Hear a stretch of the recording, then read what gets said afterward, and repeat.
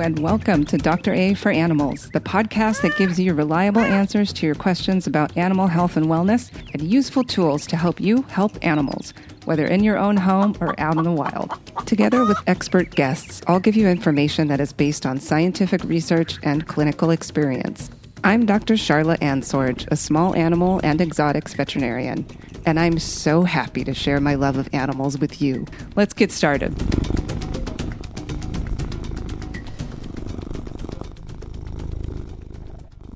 Welcome to episode 1 of Dr. A for Animals. Today, I'm going to give you an overview of basic preventive healthcare recommendations for most types of pets. So we're going to talk about cats, dogs, birds, small mammals, reptiles, amphibians, a little bit of everybody. And we're going to go over some guidelines for how to decide when urgent or emergency vet care is necessary. So we'll also talk about how to get your not so willing pet into a carrier or into the car so that you can get to the vet. I'm going to give you lots of great tools for helping your animals feel a bit more comfortable with travel and being handled by strangers. And I'll help you learn to recognize signs of pain or illness in pets who may be trying their best to hide those signs from you. So let's get to it. Let's start with preventive healthcare or the basic annual exam. So do our companion animals really need this? Yes, they do. Dogs, cats, parrots, doves, ferrets, rats, bearded dragons, frogs, everybody deserves good preventive care.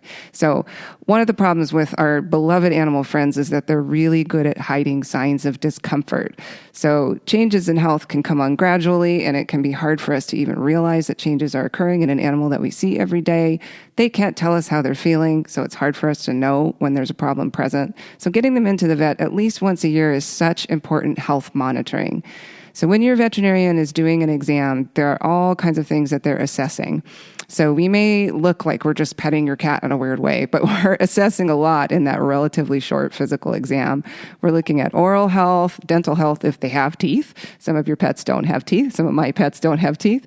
We're listening for abnormal respiratory and heart sounds or heart rhythms. Not so much in reptiles because we can't quite hear that with a stethoscope because of their scales, but we have other ways of assessing that kind of stuff. We're palpating the abdomen, maybe not in a turtle. We're doing our best. That's a little bit less accessible, but palpating means we're feeling around for the abdominal organs that are in there and that kind of thing. Palpating is just feeling around. So we're trying to feel the kidney, the liver, the spleen, the bladder, intestines. We're checking for masses that shouldn't be there, that sort of thing. In animals that have lymph nodes, we're feeling the lymph nodes for any enlargement. We're basically going over every body system that we can assess from the outside. Dental disease is probably the very most common disease in dogs and cats and probably rabbits, and even some of the other small mammals like ferrets and hedgehogs. But most of us are completely unaware that it's happening in our pets unless we smell that horrible dragon breath on occasion when they yawn in our face. We need vets to be looking for that and helping us decide when it's time for intervention. And I can't tell you how many times I've found a big tumor in the abdomen of an animal who was just coming in for a checkup. They had no symptoms of illness that their people could see. It's so important to make these annual visits or biannual visits even in older animals or in animals that have chronic illness. I do want to say here that if you have non-dog or cat pets, you want to make sure to find a vet who is very comfortable with the species you do have. There are some vets who see all types of exotic patients, from rabbits to geckos to macaws, all in the same practice. And a really experienced exotic vet is probably pretty good at all of that. There are also some who only see reptiles or only birds, and there are vets who may be board certified in avian medicine or small mammal or reptile medicine. A board certified specialist is a great choice, but you may not want to have one near enough to where you live, and it's not absolutely necessary. There are a lot of experienced exotics vets who are not board certified. They just know their stuff. They take a lot of continuing education, and they probably did a lot of extra electives in vet school to learn about the species that they're most excited about. But taking your special species to a general dog and cat vet is usually not a great idea. Their needs are so different, even just between different species of birds. So a vet who isn't knowledgeable in that species isn't going to be able to give as good advice or even complete an appropriate exam and know what's normal and what's a concern. So if you want to include these little guys in your family, do prepare to do some homework and find a vet who knows your species. It may mean you have to take an extra long drive, but it will be worth it. And we'll talk a little bit more about getting your animals more comfortable with doing the drive part. But we have a bit more to talk about first. And a little side note here for very small animals who live in a habitat that is small enough to bring in your car, bring the whole thing to your vet appointment. That can be really helpful for the veterinarian to see the environment and talk to you about husbandry. And if there are any little things that they would recommend shifting or big things that they might recommend shifting to provide the best enrichment and the best, most healthy, safe habitat for your animal, it's great for the vet to be able to see the actual habitat. If you have an animal who lives in a habitat within your home that's too big to bring in your car, it's a great idea to take some photos. Get photos from a couple of different angles and share that with your vet. That can be really helpful for them as well. So as far as the physical exam, it can tell us a ton. But the conversation that your veterinarian will have with you is equally important. We'll talk to you about any changes that you have noticed, any changes that you've made in your pet's daily routine and their diet, any concerns that you have about their mobility, their behavior, their appetite, all of that. So combining that important information from you with our findings on the physical exam helps to determine if we've got a pretty healthy, happy animal here, or whether there are some health concerns that we need to work on. And the next layer of an annual health checkup is often lab work, depending on your species and depending on their age and the overall condition of the animal. Blood work, urine testing, fecal testing, and sometimes other diagnostic testing might be recommended by your vet. This can help us rule out or sometimes rule in organ dysfunction, endocrine diseases, some infectious diseases, and often it can just signal that something isn't quite right. So it's important to understand that while we can diagnose certain diseases like thyroid disease or diabetes based on basic blood testing, even a comprehensive blood panel isn't a definitive diagnostic tool for all health problems. There can be serious disease present that we can't detect on a regular blood panel. So it's an excellent screening device for a lot of different things, and it often will give us a signal that something isn't quite right.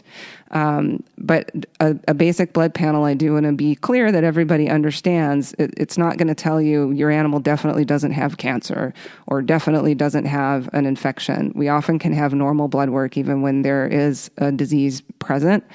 And that's why we often need to move on to other diagnostic workup if you have an animal that is showing some signs of illness. So blood work, urine testing, fecal testing, those are basically our first line sort of sentinels for overall health. So if anything is significantly abnormal here, it can tell us we need to look deeper for something more specific. And this is also an important evaluation tool for an animal who needs to undergo anesthesia for any reason. It tells us about their liver function, their kidney function, and if we have to be extra careful with anesthetic drugs or anything like that. So at this annual visit, your vet can talk to you about preventive health care like vaccines, dental care, parasite prevention for most of our mammal friends and to some extent for our reptiles. Birds are a little different with their lack of teeth and very different physiology. And that's all going to vary depending on the species of animal and their individual risk factors. So this annual exam is the time to talk to your vet about what's the best plan for your specific animal. It should never be just an across-the-board protocol for all cats or all bearded dragons. There will be a lot that is the same for the majority of animals, but your vet's recommendations should come after you've discussed your pet's lifestyle, overall health, and their personal needs.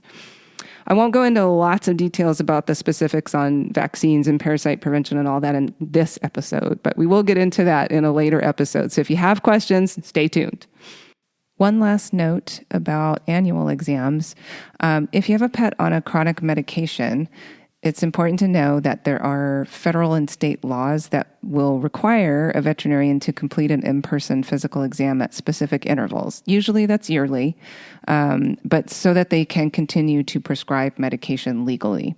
And that not just for chronic medications, but if your pet needs a medication, but they haven't been in to see a vet in over a year, usually they're not going to be able to prescribe that for you. They're usually going to need you to come in for an exam. So that's not just the vet trying to be annoying and make you bring your pet in when you just want to get a medication filled. There are legal requirements for us to actually put our hands on the animal and have an in-person look at them before we can prescribe medication. So if you think there may be something wrong with your pet, don't wait.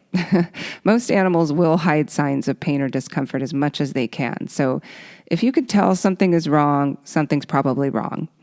One of the things that I hear more often than I would like when a client comes in with a pet is last week they were doing really poorly. They were super sick. We thought they were going to die. We were just waiting and just felt so bad. And then they recovered and they were feeling better, and we figured we better bring them in. Well, I would rather you bring them in when you think they're going to die. Don't wait. If they're acting like maybe they're going to die, they might. And I would rather be able to intervene and help them not die. So don't wait until they've been feeling sick for several days and they're hiding under the bed or they're not eating. And then kind of bring them in because they're feeling better. Because then it's hard for me to know what went wrong. And I would rather know what went wrong in case it's something that might be happening again or a sign that there's something else serious wrong that we need to address. So if you think they're sick, call your vet. If you're not sure, you can talk about symptoms. If you think it might be something minor that you can watch, your vet usually will have staff that can talk with you about whether or not it sounds like you really need to bring the pet in, or it's okay to watch for 24 hours, or maybe there is something that you can do over the counter. Every once in a while we'll say, oh, it's okay to, give a dose of Benadryl or something like that. So you can always call your vet and just check in with them if you're not sure whether your pet needs to come in. But do call and let us know, and we can talk about whether or not it's important to bring them in very soon, right away, or if it's okay to watch them for a little bit. So some more obvious signs that your pet needs to come in, that things that you can see pretty clearly are, limping, loss of appetite, vomiting, diarrhea, blood in the urine, a lot of coughing or sneezing, of course, an open wound or bleeding. So these kinds of things, most of us know, oh gosh, we need to get in and do something. There are more subtle changes that are definitely signs that something could be wrong. So this can be something like their routine has just altered. Maybe your pet that sleeps with you every night has suddenly stopped sleeping in the bed with you. They're kind of staying in their own little spot. Maybe they're not interested in going for a walk so much, or they're not really playing with their toys anymore. They might have just an overall decrease in activity, decreased food intake. So they're still eating, but it's just not with the gusto that they used to have. Changes in how much they're urinating and how much they're drinking. And this is often an increase that might tell us that there's something wrong. Or intermittent symptoms like a cough, vomiting, once or twice a week. That's not normal. If you were vomiting once or twice a week, you'd probably want to come in and see your doctor. So some of these things are a little bit harder to decide if they're really something serious or not. But if there's something like that seems like, gosh, this has been happening for several days and they seem okay, but they're a little off, or they're having this cough or something that looks like a cough every now and then, and maybe it's getting more frequent. It's a good idea to have that checked out. We can always talk about what diagnostics may need to be done, or whether this really isn't something that's worrisome, once your veterinarian is able to actually look at the animal and get all of the history from you and do a full exam. So it's important to be on the lookout for those more subtle changes, because often they can be a sign of pain. And I do want to say animals do experience pain very much the same as we do. They have the same types of neurons that sense pain and tell the brain we're having pain. I think that these myths about animals not experiencing pain are starting to die off, thankfully. I know when I was younger, that was a widely held belief that animals didn't experience pain, or they didn't experience it the same way that we do. They do. And a change in behavior or function is often a sign of pain. So there's another story that I hear more frequently than I would like, when a client brings in a pet that's been limping. And in the course of talking about diagnostics and treatment, I will be recommending pain medication, and I will hear from people, oh, they don't seem painful. They're running around just fine on 3 legs. But here's the thing. Have you ever been painful enough that you were limping? You have to be pretty painful to not be able to bear weight on a leg. And yes, dogs and cats are lucky that they have 4 legs, and lizards are lucky that they have 4 legs. So they can still run around pretty well on 3 legs, but that 4th one really does hurt if they're not putting their weight on it. So they may not be whimpering and crying. They're not going to do that. They're much more stoic than we are. But if they're not putting weight on a limb, it hurts. And, likewise, if they've just stopped doing some kind of activity that they normally do, there probably is something going on where they're not comfortable. If they've stopped eating, it might be because they're painful. It might be because they feel nauseated. They may or may not be having vomiting even when they're nauseated. There are a lot of different things that can cause them to feel yucky, and they can't tell us what's going on. So we have to be watching for those more subtle changes, and definitely be aware that, yes, animals experience pain, but they won't just drop everything and stop life because something is hurting, and they usually will not cry unless it's an acute pain or a very severe pain. So if you do have an animal that is crying out in pain, they're in a lot of pain.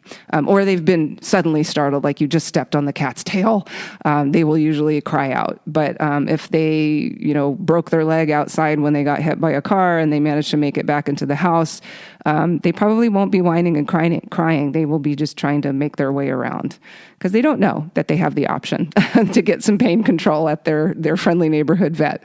So how do you know when to go to the vet? Well, if you think your pet is dying, definitely go to the vet. But beyond that, I do want to talk you through in a little more detail immediate emergencies versus pretty urgent medical needs versus things that can wait a little bit longer. So I'm going to just kind of go with you body system by body system in just kind of helping you to know when something really needs to be seen right this minute. So we're going to talk about the very immediate emergencies, like you need to go to the ER right now. So I'm going to start with the neurologic system. If you have a pet that is unconscious, they've had some kind of head trauma that you may not know whether it's minor or serious, but you know that they have injured their head. They need to go in. If you have a pet having prolonged or multiple seizures, so a seizure that is going on for more than a minute or two and not showing signs of stopping, you need to get in the car and head to the vet. Or if they have had more than 2 seizures in one day, they need to be seen as soon as possible. If you have a pet who has had a sudden loss of coordination, they seem like they're dizzy, they're wobbly, they're falling over, or a pet that is suddenly dragging legs, they seem paralyzed in one or more legs, often this will be the back end. If they're just not using those rear legs, they need to go in right now. If they're having muscle tremors or severe weakness, and tremors are a little bit different from a seizure, where a seizure, the animal is basically not aware of what's happening. You can't really get their attention. Tremors are where the muscles are tremoring and twitching, but the animal otherwise seems alert. And they will look at you if you call their name, that sort of thing. So tremors are a little bit different. So that's neurologic stuff. Eyes, if you have an animal that's suddenly squinting a lot and they keep squinting, there may be trauma to the eye, and that needs to be taken care of as soon as possible. If you have seen that there's some kind of a trauma, an injury to the eye, you want to get that looked at right away as well. If you have a sudden loss of vision, and this is, I don't mean, I think maybe they don't see this. I mean, they're bumping into stuff, like they have lost their vision. They need to go in right away. This is probably most common in cats because of high blood pressure causing a retinal detachment, and that is very serious, needs to be treated quickly. We're going to move on to the mouth. Excessive drooling with an inability to eat or with lethargy. Sometimes we'll see drooling in an animal that's otherwise acting okay, and you probably have some more time. But if we're having excessive drooling and you're seeing they cannot get food in their mouth or they're otherwise just acting really sick, they need to go in right away. Let's talk about the respiratory tract. So struggling to inhale or exhale, or a very loud inhale, like a horrible loud snore, like your worst relative that snores super, super loud.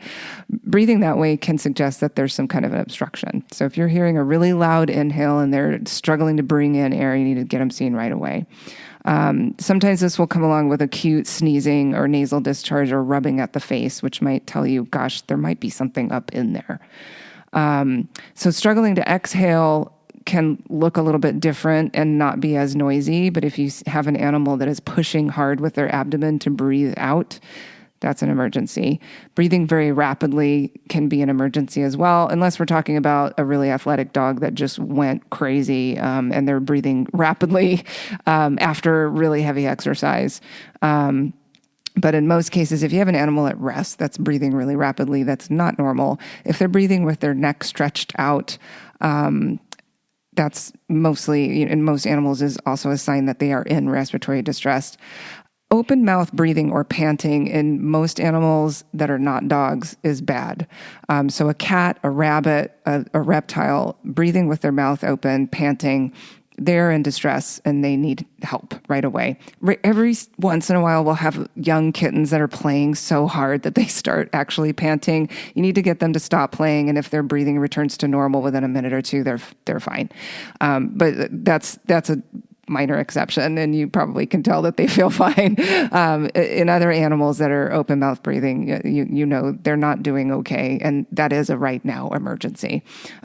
This can be a little bit harder to understand in some of the reptiles, especially snakes, but if you have a snake that is lifting their head when they're at rest, they're keeping their head up, they're probably struggling to breathe, and you'll see their body really moving with the breathing as well, but they're sitting there just keeping their head lifted because they're trying to get more air in. Another immediate emergency would be coughing up blood. So let's move on to the GI tract. If you have an animal that is pacing and panting and seems bloated or tense in the abdomen, that can be a real danger sign. A distended abdomen with other signs of illness, that's probably an emergency. If you've noticed that your dog or cat or somebody suddenly looks kind of large in the tummy, but they're acting completely normal, they might just have gained a lot of weight. So don't panic if you see a distended abdomen, but if they seem like they're lethargic, or they're doing that pacing, panting, that sort of thing, and the abdomen really definitely looks distended, there's something seriously wrong. Vomiting, obvious blood, or what looks like coffee grounds. This can be digested blood from the upper GI tract that's coming out in vomit. So if they vomit up something that looks like coffee grounds, that's bad. Black tarry diarrhea is also bad, a sign of significant bleeding in the GI tract. If you know there's been a toxin ingestion, you can call the ASPCA poison control. And if you Google that, you'll find it. And they can give you a consult to let you know whether or not this was something that was toxic and something that needs to be immediately treated. You also can usually call your vet and find out from them. Things like chocolate, a lot of us know are toxic, rat poison, that sort of thing. If you know they've eaten something like that, you want to take them in right away. The faster you get an animal in that has eaten something toxic, the better the chance that we can fix them. If we need to induce vomiting, we need to do that within about an hour of the ingestion for that to be effective. So get them in quick with that. In rabbits, rodents, and birds, a lack of stool production or a loss of appetite for one day, or I would say even less than one day in a rabbit. If they're not making poop, that is not good. If they're not eating, that's not good. In rabbits, we have very little time to get that under control before it progresses to something fatal. In birds and rodents, it's similar. That is a sign that something is severely wrong and they need to be treated as soon as possible. Let's move on to the urinary tract. Straining to urinate without producing urine. This is very, very bad and needs to be handled right away. It's most common in male cats. We also will see it in guinea pigs, rabbits. Really, it can happen in any animal. But if you have a male cat who is straining to urinate and they're not actually getting any urine out, you need to get to the ER right away. Musculoskeletal system, if you see a bone fracture or any other major trauma that's occurred, you want to get them in right away. If you know that an animal was hit by a car, even if they seem like they're okay right now, there could be internal injuries that are serious and that can show up over the next few hours, so get them in right away. Reproductive system. In egg-laying reptiles and in birds, our females are at a lot of risk of having complications during egg production. So if you have a female, or if you don't know the sex, and you see significant lethargy, especially in a female that has recently laid an egg, so you know they're kind of in that mode, significant lethargy or restless behavior that's happening along with kind of recent broody behavior, digging, shredding, making a nest, that kind of thing. If you're seeing a parent contractions in the tummy, or they look like they're trying to get something out, but they can't. These can all be signs of egg binding in a female. Discharge from the vent or a distended coelom. We call it an abdomen in mammals. It's a coelom in birds and reptiles. If they look distended, that's a very concerning sign. Similarly, in dogs and cats that are pregnant, it's called dystocia when we're having a difficult labor and not getting babies out. If you have a pregnant animal, super important that you know ahead of time about how many babies to expect from a prenatal exam with your vet, so that you know during the actual moment what's going on and how much time should be passing between babies, so that you know when there's an emergency. Because if we have an emergency during giving birth, we need to get in right away. If you have an animal that is not pregnant but is intact, having discharge from the vulva, usually along with lethargy and loss of appetite, or if you have in any species prolapsed tissue, so tissue that's supposed to be inside that is hanging out, that often is from the reproductive tract. This also could be from the GI tract, but if you're seeing this pink or red angry tissue sticking out, that needs to be addressed right away. Other kind of general stuff that warrants an emergency visit would be severe bleeding or bleeding that doesn't stop within a few minutes. An animal that's vocalizing in pain, that's very bad. If you have a cat yowling, an animal that is vocalizing and isn't stopping, not just I stepped on your tail and you shouted, but they're sitting there kind of crying out in pain, that's really bad. An animal that can't stay upright, that's collapsing, severely lethargic, an animal that you are pretty sure has heat stroke, an animal with very pale gums and other signs of illness. Usually they're going to be pretty lethargic if their gums are pale. A bird that's sitting on the bottom of the cage or is sitting very fluffed and inactive on a perch through the day or falling off a perch. Those are all right now emergencies.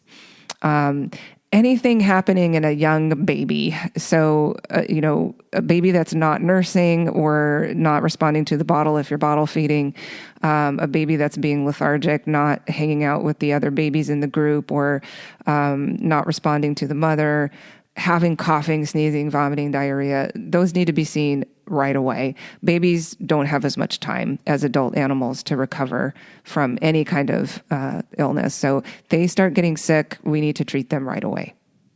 Okay, so let's take it down a little notch and move on to urgent care. That isn't necessarily right this second you need to get to the ER. This is, you can call your vet and try to get your pet in, ideally within the next day. So we're going to start again with the same body system, so the neurologic system. Most seizures actually don't need to be treated right this second, but they do need to get in soon. So if you have an animal that's never had a seizure before, that just had one, maybe it lasted 20 or 30 seconds, then they were a little bit off for a bit, but then they came back to normal and they seem to be fine. No other seizure activities happening. They don't seem to have gotten into anything strange. You want to call your vet, of course, right away. And if they can get you in today, that's great. That's ideal. If they can't, tomorrow's probably fine as long as your pet seems to be normal after the seizure ended. Altered behavior also often can be an urgent issue if there's a sudden change in behavior. Loss of balance, walking in circles, having a head tilt that is staying that way. I don't mean, the collie that's tilting their head when you talk to them and looking really super cute, but a head tilt in most animals that is not going away and often comes along with some loss of balance. These can all be signs of a neurologic disorder that needs to be looked into as soon as possible. Moving on to eyes, a red puffy eye, severe clear discharge, a lot of clear discharge, or any opaque or colored discharge. Rubbing at the eyes a lot. All of these can be signs of an eye infection that should be treated pretty quickly. An eye that looks cloudy or bluish needs to be seen very soon as well. And in reptiles, a retained spectacle. So this is when the shed around the surface of the eye is not going well, and they're keeping the old corneal tissue on the eye and it's not coming off with the rest of the shed. That needs to be treated very soon.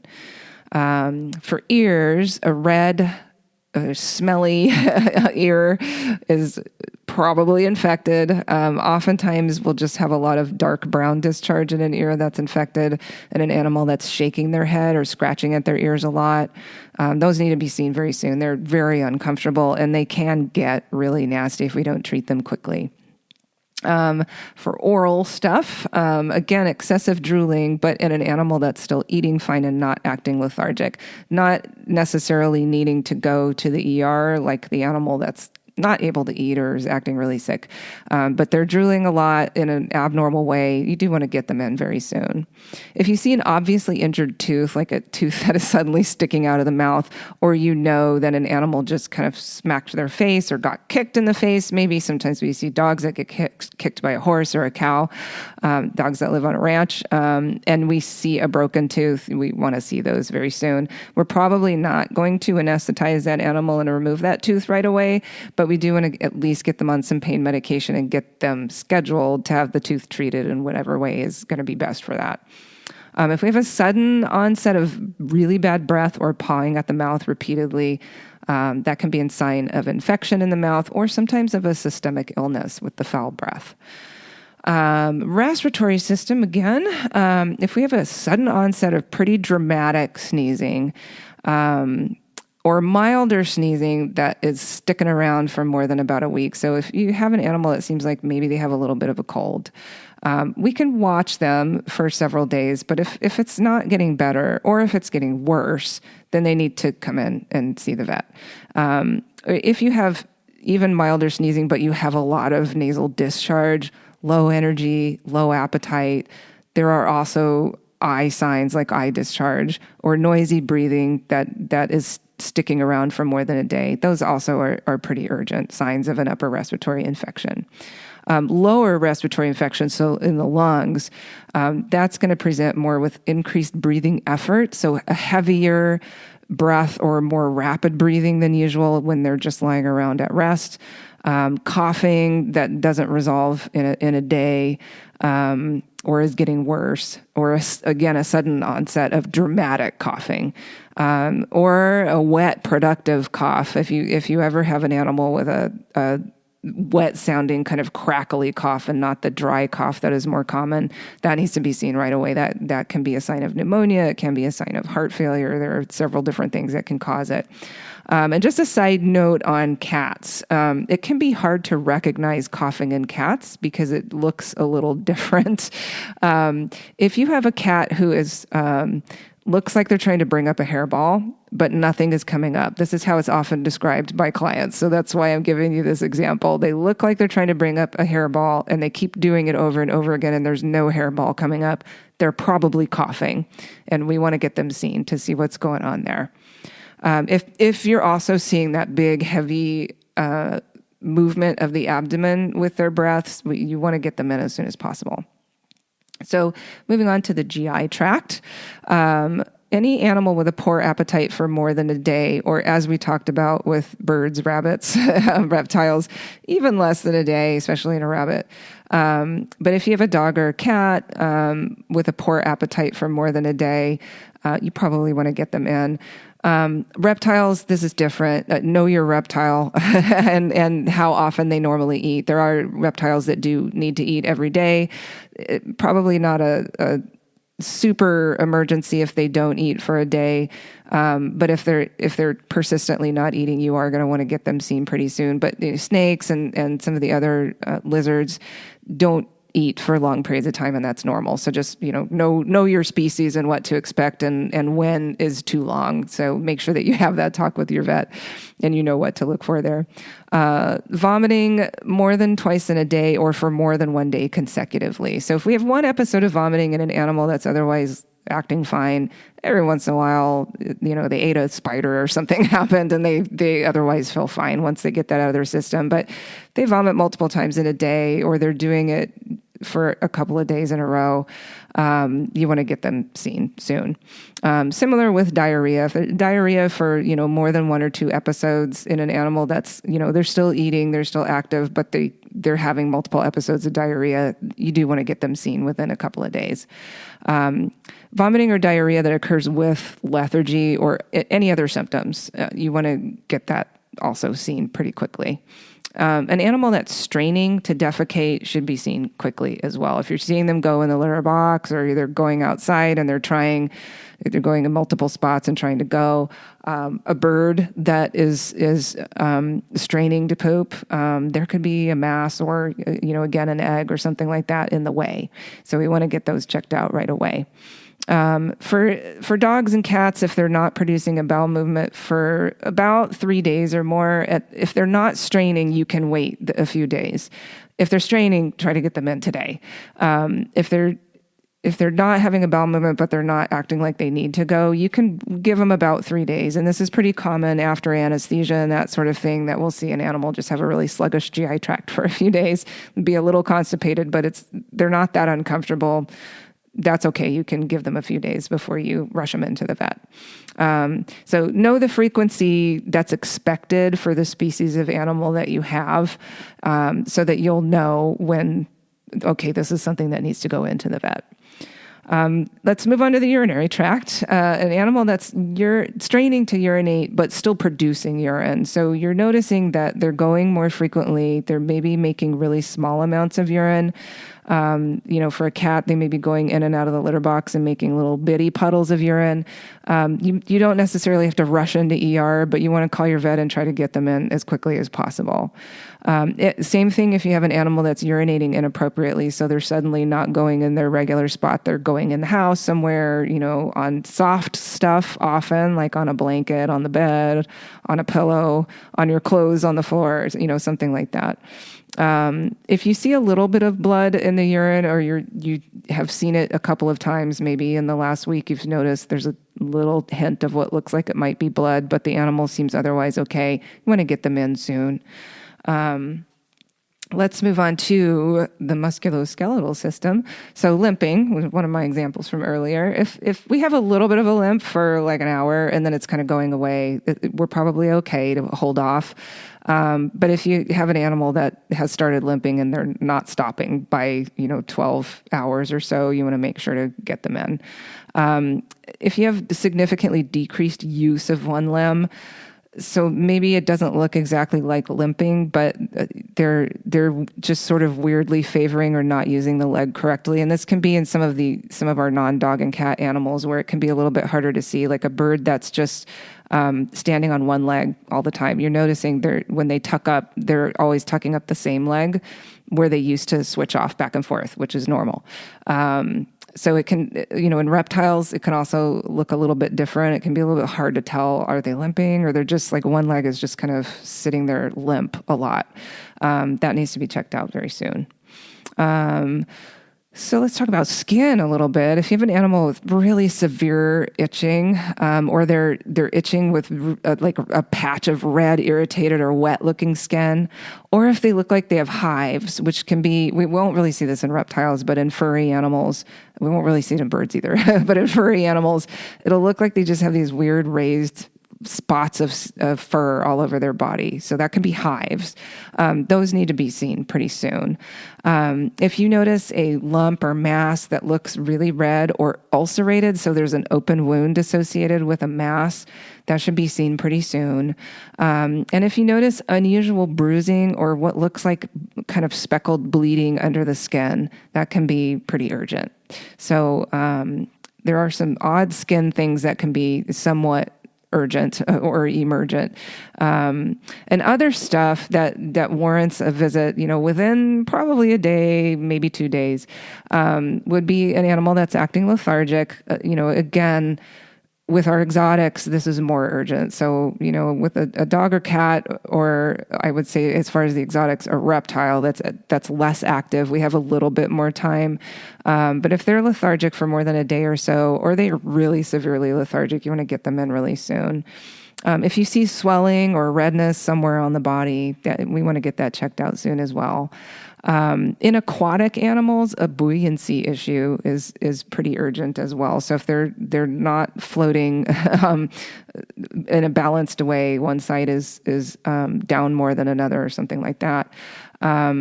An animal that's had contact with a bat or other wildlife should be seen very quickly. And now, if they're injured, if you know they have gotten bitten or scratched up by a wild animal, I would consider that a right now emergency. But if you think that they've had contact, get them in soon. And any combination of signs that suggest to you that your animal is uncomfortable, call and get them in the next day or so. If you're concerned that they might be painful or they might be having some kind of distress, we want to get that checked out sooner than late. Okay, so let's move on to more chronic or progressive signs that maybe aren't necessary to get checked out, within the next day or so, or maybe there's something you've been noticing kind of starting to happen over the last few weeks, that sort of thing, that you want to address soon. So these, starting again with the neurologic system and behavior, a subtle shift in behavior that's you're not quite sure if this is really a significant change, but you've noticed that the behavior is different. It's definitely something worth talking about with your vet. This might be like an animal that's not as responsive to people or doesn't want to play with their toys very much, or they're sleeping more, or they're hiding more, anything like that. An animal that seems sort of out of it, like they're staring off into space, not to be confused with basking in animals that bask, like a lot of reptiles that need to bask under a heat lamp and that sort of thing. But this is where they seem sort of almost glassy-eyed or out of it. They're maybe not responsive to noises around them and that sort of thing. Any behavior that seems concerning to you, that seems really out of character for your pet, and you're noticing that it's starting to happen repeatedly. In the mouth, frequent tooth grinding in rabbits and rodents can be a sign that they're having pain. So if you have a rabbit or rodent that has just started doing some tooth grinding and you're noticing that they're doing it repeatedly, that can be a sign that they're having some discomfort. Now, beak grinding in a bird usually is a sign that they're very content. So a little different in birds. They'll often sit there, parrots at least, will sit there kind of grinding their beak when they're kind of snuggled up and feeling really happy. So it's a little different. Dropping food during eating can be a sign that there's pain in the mouth. In guinea pigs, their teeth can actually grow over the tongue. If their teeth are really overgrown, they can impede the tongue from being able to handle food. So if you're noticing your animal is dropping food, like they're just not able to get it down, that does need to be checked out really soon. Respiratory issues, a frequent cough that's kind of getting more frequent, where it may have started out like it didn't seem like a big deal. The animal seems like they feel fine, but they're having a more and more frequent cough, or they're having these intermittent bouts of coughing or sneezing. If they're having intermittent nasal discharge that kind of clears on its own in a few days, but then it keeps coming back, that's something we want to get checked out. In the GI tract, an animal that's having intermittent vomiting, and yes, even cats, if they're having intermittent vomiting, that's not normal. A lot of people do think it's normal for cats to just throw up a lot because they do, but there are reasons that they're doing it, and usually those are things that we can fix. Sometimes they're things that are actually quite serious, and we definitely want to look into that. So if you have a cat, if you have a long-haired cat and they're bringing up a hairball maybe once a month, that is okay. There must be fur in it, and it shouldn't really be more than once a month unless they are grooming everybody else in the house as well. So we do have some of these kitties who are just very loving with all of their kitty housemates, and they groom everyone and they bring up a hairball more frequently. But even when there is a hairball, if they're bringing up a hairball like every week or twice a week, that really is not normal. And we want to figure out why they're doing that. An animal that's having diarrhea or reduced appetite that isn't resolving in a day or so, or they're having these kind of episodes of diarrhea off and on. A major increase in appetite also can be a sign of significant illness, especially in cats. Lip smacking can be a sign of nausea. So if you have an animal that's off and on lip smacking and maybe not eating as great for a day or so, and that's happening kind of off and on, that's something we want to check out. In the urinary tract, a change in the amount of water being drunk, and often what goes along with that is a change in the amount of urination. And that might be a real decrease or a real increase. And either of those can be a sign. More often, it's an increase in water intake and urination. That can be a sign of various different types of illness. A persistent change in the appearance of the droppings in birds and reptiles. So a change in the texture, the color, how much urate, that's the white part of the dropping.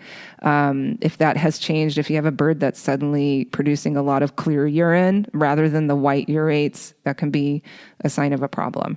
In the musculoskeletal system, a change in mobility or gait, so just the way the animal is walking, how well they can jump, how often they access kind of more difficult areas like a cat jumping on the cat tree kind of thing.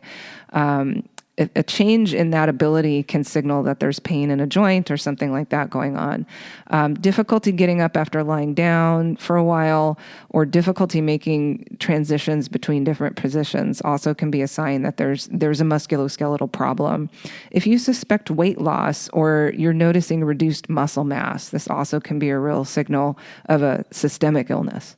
In the skin, if you have an animal that's frequently itching, but you don't see obvious skin lesions, you don't see scabbing or anything like that, it probably can wait a bit, but and it may be something really simple and easy to fix like fleas. We have great flea preventives these days, so we definitely want to make sure that we take care of that. But we do see a lot of allergies in mostly in our mammals, not as much in the reptiles and birds, lucky them, but we do see it sometimes. If we have a small wound that isn't healing on its own, most little itty bitty wounds, a scratch, something small, you can watch it, see if it's healing fine, great. We don't need to see them. But if it's not healing for some reason, or especially a small kind of scabby wound on the face that isn't healing, sometimes those are something more serious. If you notice a new lump or mass, we want to have a look at that. We don't want to assume that it's not something serious because it could be. So that's something you don't need to rush in, but we want to get in soon. A prolonged or difficult shed in a reptile, that sometimes needs some extra treatment as well. Well, it does need some extra treatment. If the shed is not being completed, that can cause a lot of problems. So we want to make sure to intervene. Reproductive tract, in male animals, if you notice this is male animals that have external testicles. If you notice a change in the size or shape of the testicles, if suddenly one of them looks bigger than the other, something like that, that should get checked out pretty soon. And again, anything that you think might be making your animal uncomfortable or that you just have questions about, we want to get them in pretty soon. I do also want to talk about some signs that probably are not a significant health concern that sometimes people aren't sure. So really mild, clear eye discharge, every once in a while, or I hate to say the word, but eye boogers, or sleep in the eye. If you have an animal that wakes up with that kind of little mild, dried eye discharge, oftentimes it's in the morning, sometimes it's other times a day. Super common in animals that have what's called a brachycephalic face, so a little short pushed-in face like a pug or a Persian cat. They often will have a little bit of that kind of mild eye discharge. It can be even daily, and they might accumulate that dried eye discharge. You just need to clean that regularly and make sure that it's not getting into their facial folds and that sort of thing, causing chronic moisture to build up, because it can cause problems. But for the most part, that type of eye discharge is not anything worrisome. The occasional minor sneeze or cough, we all do that. If it just seems like, that's something that I do too, it's probably not anything concerning. Occasional itching also can be normal. If you notice, the rare itch, I wouldn't be too worried about that. A reverse sneeze, if you have not seen a reverse sneeze, look it up on YouTube or Google or something, and you'll find videos of a dog reverse sneezing. It's pretty common, as long as it's not super frequent or prolonged bouts of reverse sneeze. In most cases, they're just reacting to something in the environment and it's not a big deal. But there are some times when a reverse sneeze might be an issue. So if they're doing it really often or they're having these really long kind of dramatic bouts, you do want to get them seen. But if it's just occasional and it just lasts for, 10 to 15 seconds and they're done, you probably don't need to worry about it. And again, a small skin wound, a little scratch or something, you can watch that as long as it's not, bleeding and horrible. If it just looks like something that if you had it on you, you wouldn't be worried about it. You also can just watch it on your pet. I say this with a little bit of caution. A mild limp that goes away within a day, you probably don't need to get that checked out, but do be alert for it coming back. So every once in a while, somebody just got a minor injury, a little sprain, and it clears up on its own. And that's probably okay. But if it comes back in the same leg or a different leg, you probably do want to get that checked out. A broken blood feather in a bird, usually you don't need to take them into the vet for that. You can treat that on your own with first aid. So if you have something like Quick Stop that will cause clotting, or you can use cornstarch in there.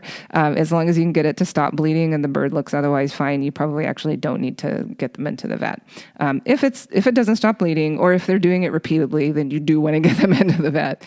So lots and lots of stuff to talk about there. I hope that it helps you to feel a little bit more comfortable with deciding when to go to the vet for non-preventive healthcare. And of course, every year is when to go to the vet for preventive healthcare.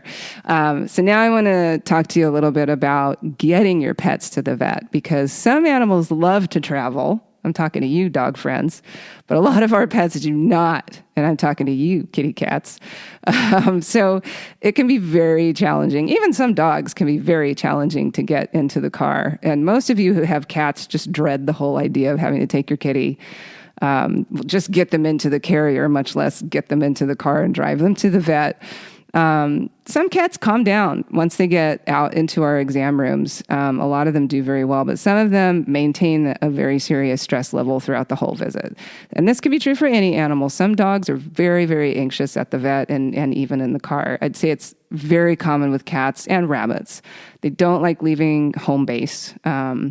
Birds can be quite nervous in the car if they're not used to being in there, and birds can be very upset about being handled by someone they don't know. It can be really scary for them. So again, you want to make sure that you're finding a veterinarian who is comfortable with your species and ideally who is very good at low stress handling. Let's talk about some tools to try to make this medical care business a bit easier on our animal friends.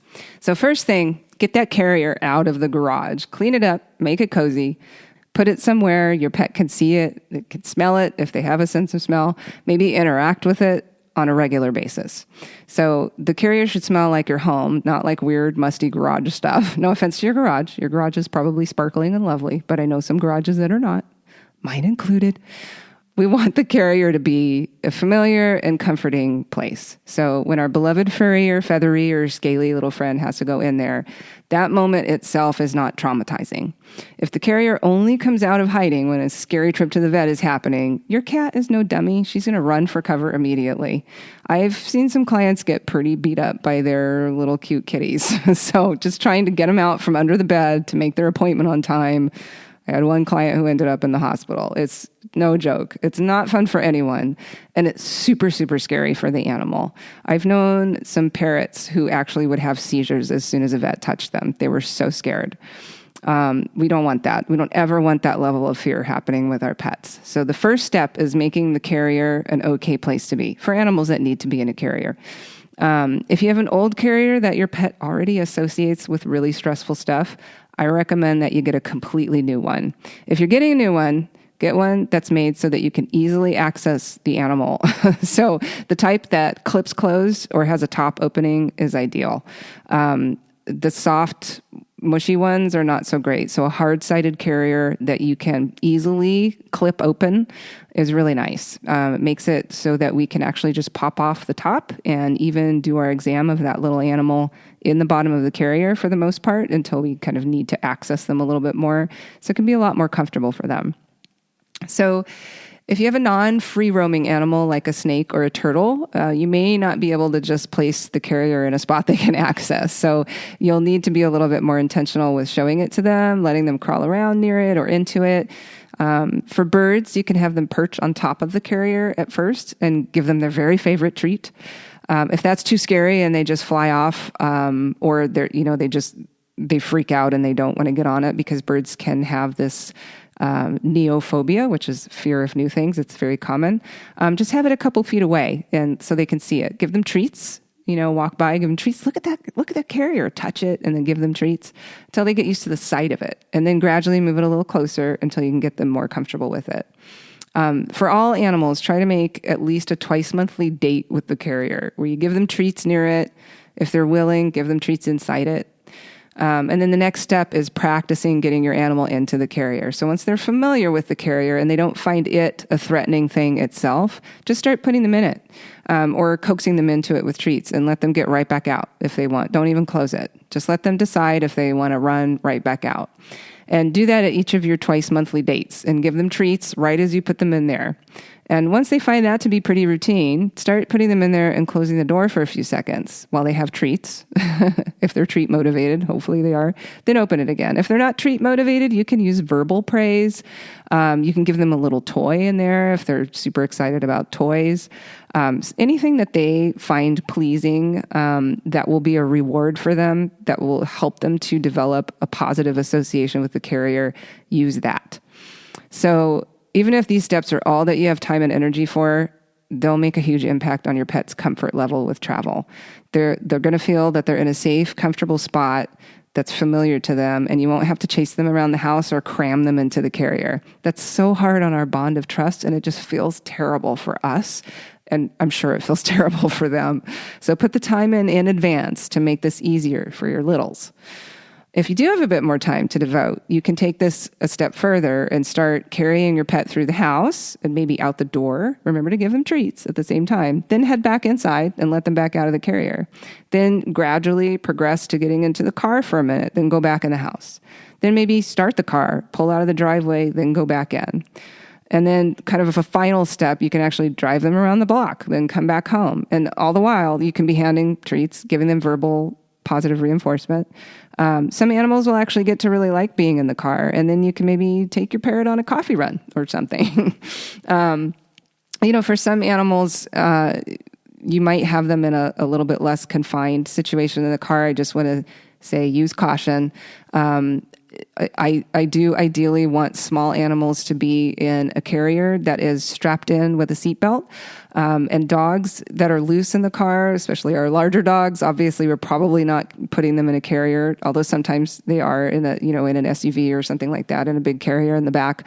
But if not, they should have a travel harness with a seatbelt. I definitely absolutely recommend that they be strapped in, because you just never know when you're going to have to slam on the brakes. So we want to keep our babies safe.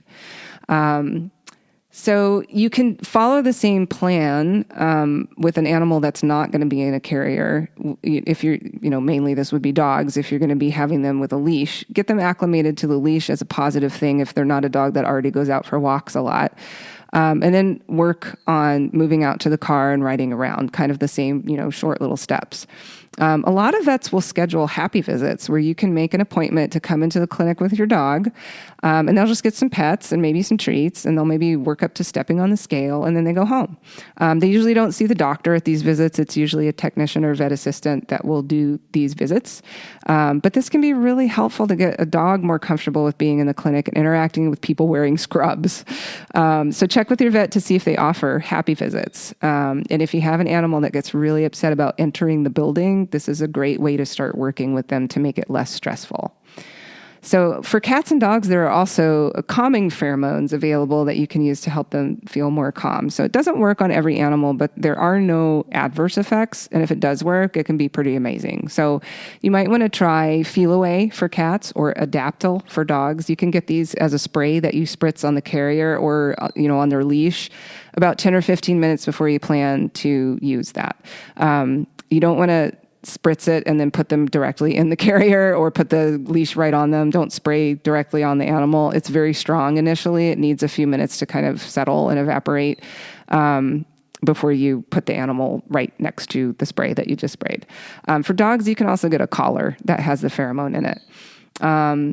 For animals that are just super scared about travel or that get really upset being handled at the vet, like maybe even aggressive.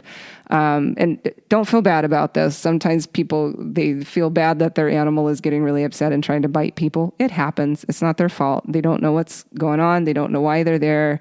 They're scared. They're upset. You may need to talk to your vet about medication that you can give before leaving the house. So these are medications that can help relieve anxiety, and they usually cause some mild sedation. So for most cats, bunnies, other small mammals, including a lot of dogs, gabapentin or pregabalin can be really, really helpful. And side effects are pretty minimal aside from a lot of drowsiness for most animals. Now, if you have an animal you try this with and they don't seem to respond well to it, of course, we would try something different the next time. Dogs can be a little bit more variable in their response to that, and they may need a bit more trial and error to get the right combo of medications that helps them calm down.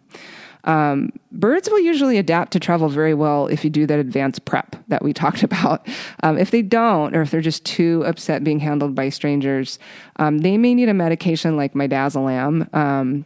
That's in the same class of drugs as Valium. More people tend to recognize the name Valium, but midazolam is one that a lot of birds do very well with. That's usually given in the clinic.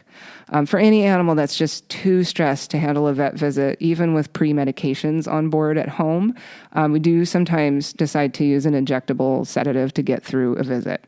This should be reserved for cases where we've already tried these other approaches and it just hasn't been successful. And we should take full advantage of that animal being sedated and get everything we can get done in one go. So if you have a pet that's due for vaccines and we need to sedate them just to do that, if they're coming up due for a blood draw or they need a nail trim or they need anything else, they have a little mass that we want to get a little needle sample from and look under the microscope. Let's do all of that in one go so we don't have to repeatedly sedate your little animal. So I do want to take a minute to talk a little bit about managing the costs of veterinary care. I want to go into a lot more detail on this in a later episode, but I just want to touch on it a little bit just to help you kind of be prepared. Medical care is expensive in this country, and veterinary medical care is not an exception, unfortunately, especially after our whole experience with COVID.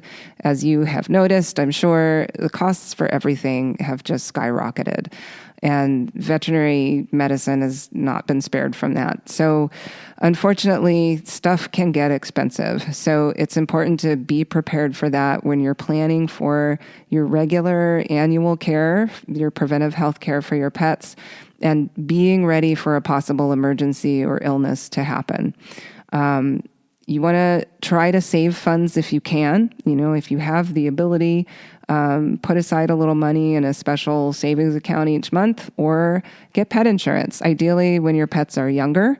There are lots and lots of insurance companies out there, and they all work a little differently. Some of them offer, illness and injury care, and some of them offer preventive healthcare plans.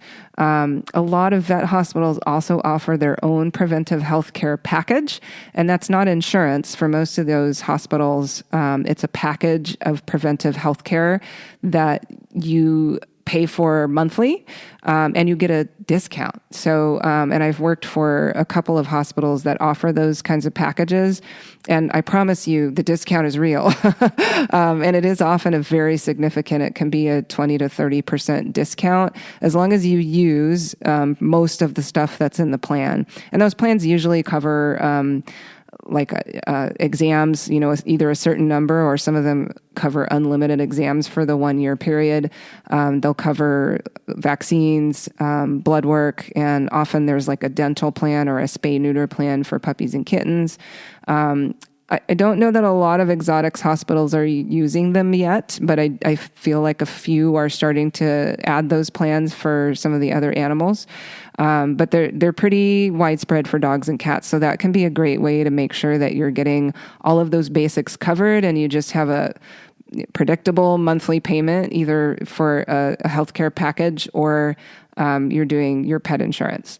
And pairing the hospital's kind of discounted care package with injury and illness insurance can be a great way to be super prepared.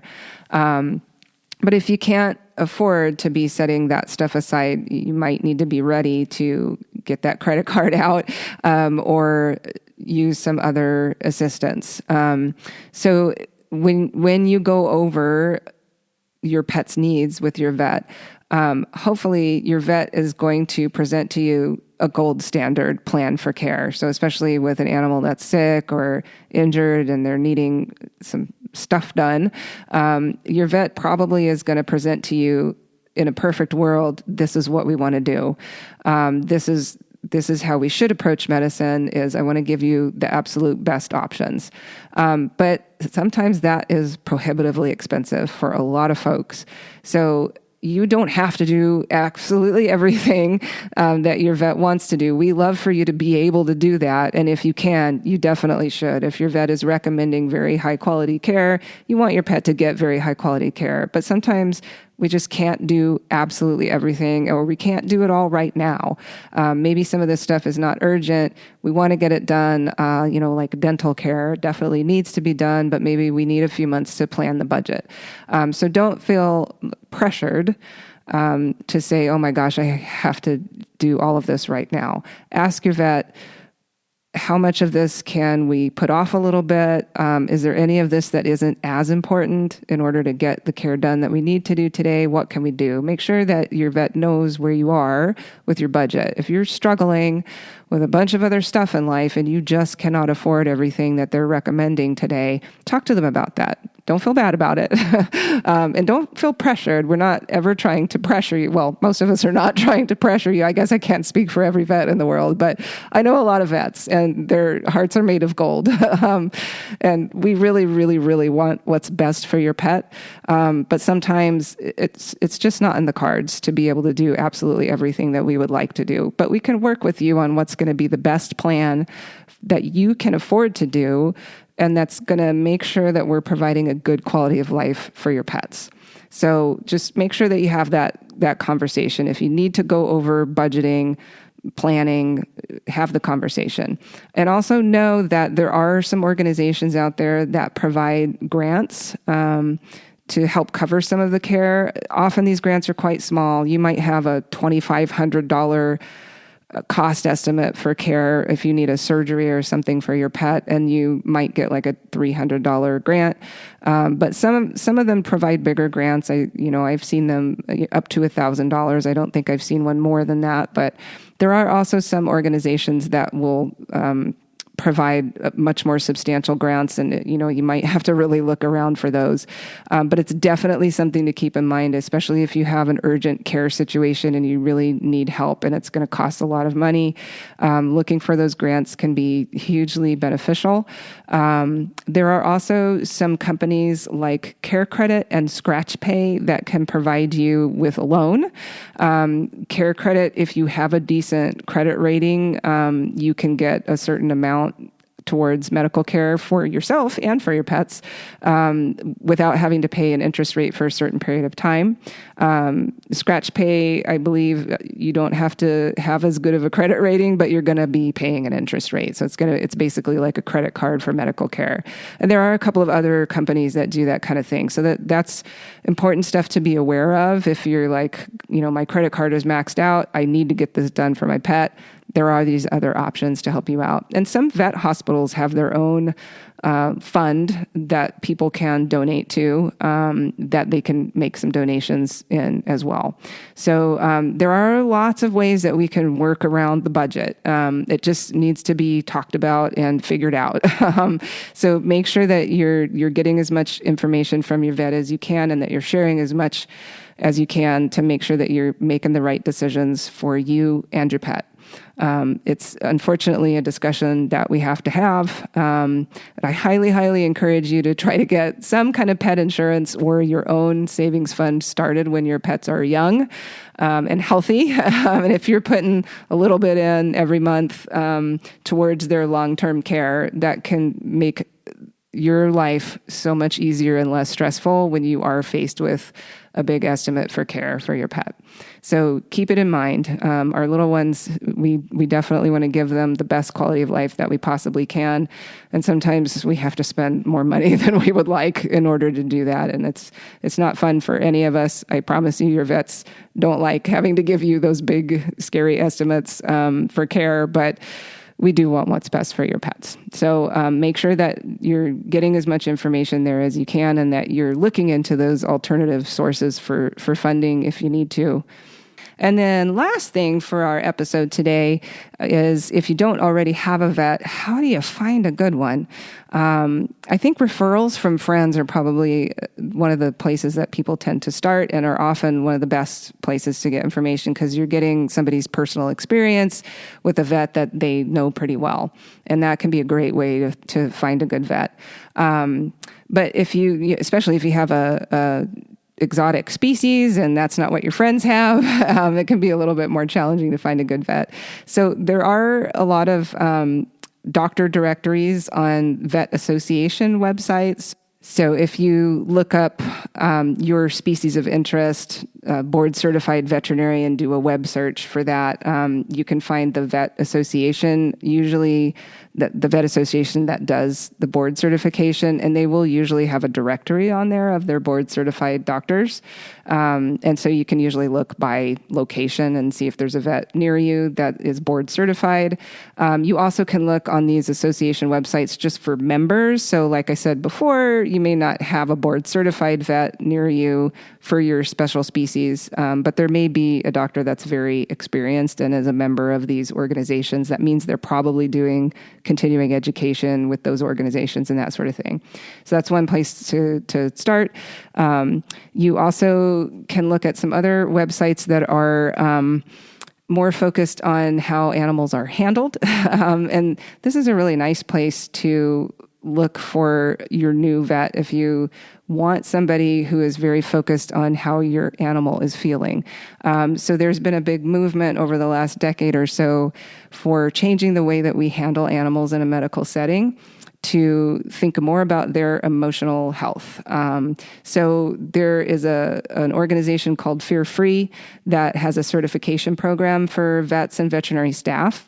And they have a website, fearfreehappyhomes.com, that is a great place to go, not just for some general resources about working with our animals at home, but they also have a directory of their veterinarians who have gone through their certification program. Now, a lot of us have done the certification and haven't kept it renewed. So your vet might have been Fear-Free certified and they're just not renewing every year. So if they're not on that list, it doesn't mean that they don't have that training. Once you have the training and you've made that a part of your daily practice, like I have, you're always working fear-free. So, but it's a good place to start if you check out that website and look at their directory. There's also catfriendly.com if you specifically have a kitty cat. They also have a directory of their members and certified practices. There is a cat-friendly certification that hospitals can do, which just means that they're setting up the hospital, even if it's not a cat-only hospital. They're setting it up so that it's a less stressful experience specifically for cats. You can also look at the hospital's website. If you've found a couple hospitals in your area, look at their website. See if they've noted anything about fear-free or low-stress handling, if they seem to have a focus on that. You can look for your doctor on LinkedIn and see if they have a LinkedIn page and what kind of stuff they talk about. They often will have their whole resume or CV posted, so you can look at like where they worked, what kind of stuff they've done. And on the hospital website, there's usually a bio about all of the doctors and often the staff, so you can get a little bit more information about what kind of people they are. Also on the hospital website, you might see AAHA certified. That's AAHA. That's the American Animal Hospital Association. And they do have a certification program that a lot of hospitals will do that just means that they are following AAHA recommendations for highest standard of care. So that's really nice to see on a hospital if they are AAHA certified. It means that they're doing their absolute very best to practice high level, high quality medical care. Now, a lot of hospitals don't do that certification, it doesn't mean they're not following AHA guidelines. My hospital follows AHA guidelines, but we haven't done the certification just because it's a bit of work. It's a little bit tedious, and it costs money for the hospital. So just because your hospital is not, if they aren't AHA certified, it doesn't mean they're not a great hospital that is following those guidelines. But it's nice to see. It might make you just feel a little bit more comfortable in going to a new clinic that you haven't gone to before. So just some ideas of where you can look to find a new vet, just to help you out there a little bit. As far as reviews, you certainly can look at reviews, Google, Yelp, all that kind of stuff. Do keep in mind, anybody with a gripe is more likely to post a review than anybody that wants to give positive feedback. So oftentimes we'll see some kind of freaky, weird, bad reviews of a hospital that maybe weren't that deserved. If you're seeing a theme, that's where I would say you probably want to pay more attention to that. If lots of people have reviewed a place in kind of the same vein, well, that's probably something that you can pay more attention to, whether those are consistently nice things to say or consistently concerning things to say. All right, my friends, you've made it to the end of episode 1 of Dr. A for Animals. I hope that you have learned a thing or two, or been reminded of a thing or two, or have had something clarified that will help you navigate veterinary appointments with your beloved animals. I hope that you'll subscribe to my podcast. Lots more interesting episodes coming. In the future, we will be getting into some more specialized topics of specific diseases, behaviors, nutrition, all that kind of fun stuff. So I hope you'll stay with me. Give me some feedback. I would love to hear from you. Take care and hug your pets for me. I hope you enjoyed this episode of Dr. A for Animals. This podcast is for educational purposes and does not substitute for specific medical advice for an individual animal or constitute the practice of veterinary medicine. No veterinary client-patient relationship is formed through listening to the podcast. If you have an animal in need of medical care, please see their veterinarian.